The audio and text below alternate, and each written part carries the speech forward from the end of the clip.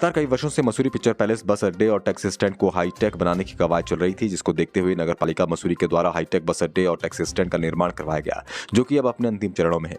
इसकी जानकारी देते हुए नगर पालिका अध्यक्ष अनुज गुप्ता ने बताया कि मसूरी में देश विदेश के हजारों सैलानी प्रतिवर्ष घूमने आते हैं, किंतु संकरी रोड होने के कारण उनको काफी जाम का सामना करना पड़ता है।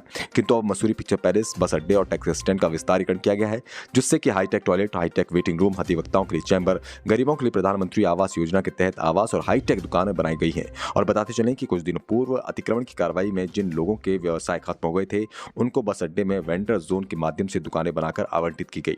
वहीं उन्होंने अपने विरोधियों को साफ साफ चेतावनी दी है कि वो शहर के स्थानीय लोगों को रोजगार और व्यवसाय देने के लिए बाध्य हैं, जिसके लिए जनता ने उनको चुना है और वो लगातार ऐसा ही कर रहे हैं। और उन्होंने कहा कि अगर कोई व्यक्ति निजी स्वार्थ के कारण इन विकास कार्यों में अवरोध पैदा करने का प्रयास करेगा तो जनता के सामने उनसे स्पष्टीकरण लिया जाएगा। चीफ सेक्रेटरी की बैठक में यह डिसाइड हुआ था कि मसूरी में वेंडर जोन की जगह चिन्हित की जाए और इसी क्रम में एक कमेटी गई थी। कमेटी का गठन किया हुआ था जिसमें एसडीएम मसूरी, ईओ, नैब तहसीलदार, पूरी एक कमेटी थी और उसमें एसडीएम साहब द्वारा खुद ही निरीक्षण करके वो जगह फाइनल की गई थी। लेकिन कुछ लोग लगातार प्रशासन को मिसगाइड करते हुए बोल रहे हैं कि ये दुकानें कैसी बनी है, ये वेंडर्स की कैसे बनी है।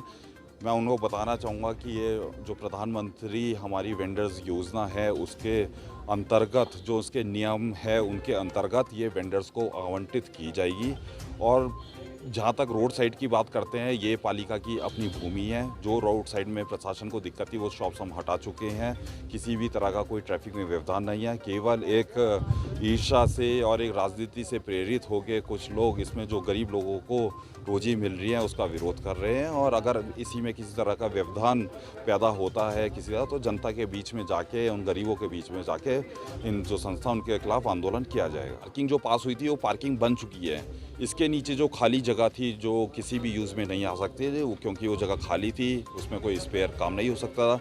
हमें पार्किंग की कॉस्ट भी निकालनी थी। हमने उसको देखते हुए उसमें आवास बनाए और वो गरीब लोगों को आवंटित किए जाएंगे। पीएम स्ट्रीट वेंडर जोन के अंतर्गत जो उसके नियमावली है उसके अंतर्गत ही उनका आवंटन किया जाएगा। और हमारे तो प्रधानमंत्री की योजना है कि गरीबों के लिए आप वेंडर जोन बनाए और उसको देखते हुए पालिका उस पर काम कर रही है। अगर किसी के पेट में दर्द हो रहा है कि वेंडर जोन क्यों बन रहा है, तो मैं उनसे पूछता हूँ कि आज तक वहाँ पे इतने अवैध ट्रक खड़े रहते हैं, इतनी अवैध पार्किंग रहती है, तब किसी के उसको हटाने के लिए आज भी आप जाके देखेंगे वहाँ पे ट्रक खड़े हैं, कब्जा कर रखा है कई सालों से। वहाँ पे कई चीज़ें चल रही हैं, गतिविधि कमर्शियल चल रही है, उसके लिए किसी को कोई दिक्कत नहीं है। अगर गरीबों का कोई काम हो रहा है तो लोगों के पेट में दर्द हो रहा है। तो निश्चित तौर पे अगर इसमें किसी तरह का भी व्यवधान पैदा होगा तो इसके खिलाफ जन आंदोलन किया जाएगा।